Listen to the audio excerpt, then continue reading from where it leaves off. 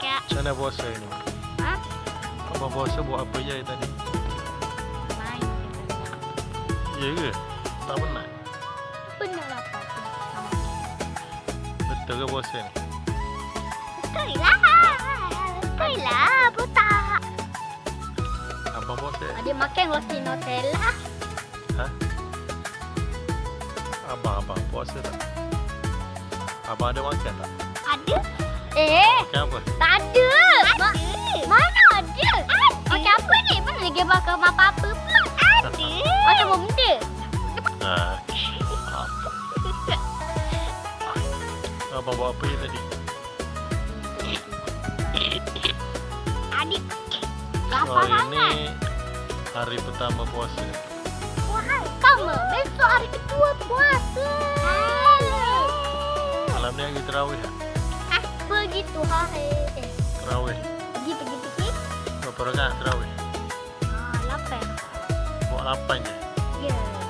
Kenapa tak nak buat 20? 20 tahun lepas.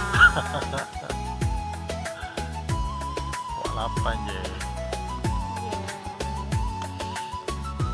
Sahur kenapa nangis tadi?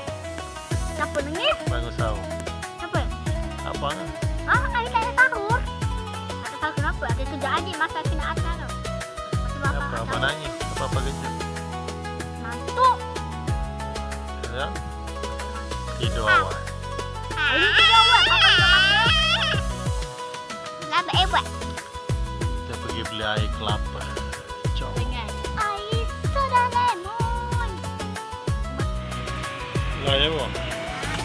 Beli air apa? Kelapa. Beli air kelapa. Cawa boleh? Ha. Apa? Puasa lagi? Tak lapar? Lapar ke tak?